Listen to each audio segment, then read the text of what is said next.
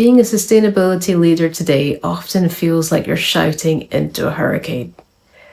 You see the risks clearly, but the BAU machine keeps on grinding on. And here's the cold truth. The biggest threats aren't just out there in the atmosphere, they're hidden inside your business strategy. Today, we're exposing the 3 strategic risks that are quietly hollowing your company from the inside out. Before we do that, let me introduce myself. I'm Alli. I'm a former engineer, sustainability advisor with a Cambridge Executive MBA. I've been modeling emissions since well before it became trendy, and I'm here to help you with structured approaches and thinking to move beyond the reporting cycle so you can actually report real results. I make sustainability practical, credible, and executable in environments where you're up against the clock. Now, you might remember from previous videos that I categorized risk broadly, but to actually manage risk, we need a different lens. We need to distinguish between the high-level threats to your long-term survival, your strategic risks, and the on-the-ground threats to your efficiency, your operational risks. This isn't a new set of risks, it's a more precise way of looking at the same ones so we can actually take action. Strategic and operational risks can fall under both physical and transition risks. I've included some examples here as well.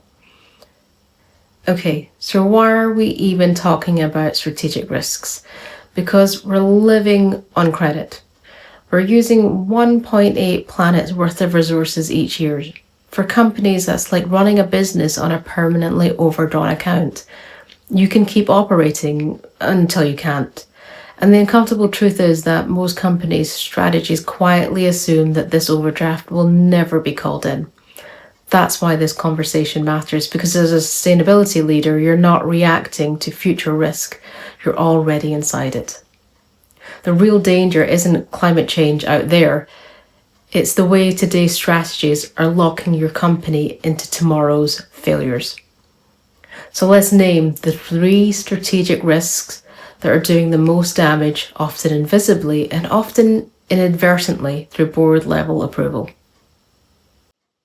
Strategic risk number 1, brand, reputation, and the stakeholder shift. Your customers aren't just buying your products in isolation anymore, they're buying brand conscious. And when your brand fails to act repeatedly, it loses sales. But that's not just the public, it's not your customers, your consumers, it's your investors as well. They'll start picking at your 10Ks with a microscope. If you don't have the data that signals and proves that you're climate agile and that your company is resilient, they're going to put their money elsewhere. So here's what you can do about it. Move from reporting to transparency and governance. Don't just wait for that 10K deadline. Build sustainability into your governance mechanisms, because that's what really moves the needle. It helps you when it comes to frameworks and reporting. Also, if your company is one that doesn't expect perfectionism at all costs and has a healthy risk appetite, start a build in public initiative where you share your challenges as openly as your wins. When you show that messy middle of that transition, you build a level of stakeholder trust and loyalty that perfect marketing cannot buy. And that helps you maintain your brand and your reputation. Strategic risk number 2, the death of the traditional business model. We've been taught to focus on the 3 Ps, people, planet, and profit. But let's be honest, in most boardrooms, profit still eats people and planet for breakfast. A business model that doesn't factor in environmental value is built on a house of cards. A study recently published by Oxford University in late 2023 found that biodiversity loss and ecosystem damage put around $5 trillion of the global economy at risk. The impact is clear. When ecosystems degrade, there are financial risks to businesses that prop up the economy. Similarly, if your value prop relies on cheap, infinite resources, your business model is fast becoming obsolete. You just don't know it yet. That might be hard to hear, but here's something you can do about it. If you aren't exploring circularity yet, look into that. Launch a circular pilot.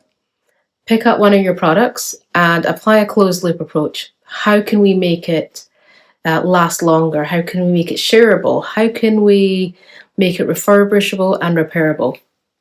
If you can find ways to explore how to decouple your growth from resource extraction, you'll make your company unshakable in a resource-constrained world. Strategic risk number 3, the trap of stranded assets. Seeing your assets lose value is terrifying for any leader. It feels like a loss of control, and this leads to a financial spiral. Your assets that were once your crown jewels, your carbon-intensive plants, your outdated tech are fast becoming liabilities. And as regulations tighten, those assets lose value, credit ratings drop, and borrowing costs skyrocket. It's a slow motion car crash for your balance sheet. For you, the struggle is ever present. How do you convince a board to write down millions in value today to save the company for tomorrow? It asks for courage. But here's what you can do. If you're not already looking into this, conduct some climate stress tests and pivot towards transition finance. Instead of fearing the write-down, proactively reallocate capital into climate resilient technology. By leading the divestment from your own high-risk assets and securing borrowing costs that are lower, you position your company as a safe haven for ESG-aligned capital. Before I wrap up, let's consider this. What happens if you do nothing? If you stay silent to avoid burdening your colleagues? Well, you'll be unprepared to manage the disruption compared to companies that have built-in climate resilience. Parking it as someone else's problem or a problem for a later date will mean that you temporarily preserve your stability whilst also quietly compounding your risk. You lock your company into fragile assets, reactive decisions, and rushed pivots further down the road. And when disruption hits, as regulations tighten and capital shifts or supply chain fractures, you'll find yourself exposed and explaining why the warning signs were visible, measurable, and still ignored. Resilience is about being the one who built a better boat to weather the storm. And to get there, that needs to be baked into today's strategies. If this resonated with the struggles you're facing, check out the other half of this video where I cover the top 3 operational risks for building a climate resilient business. I'll see you there.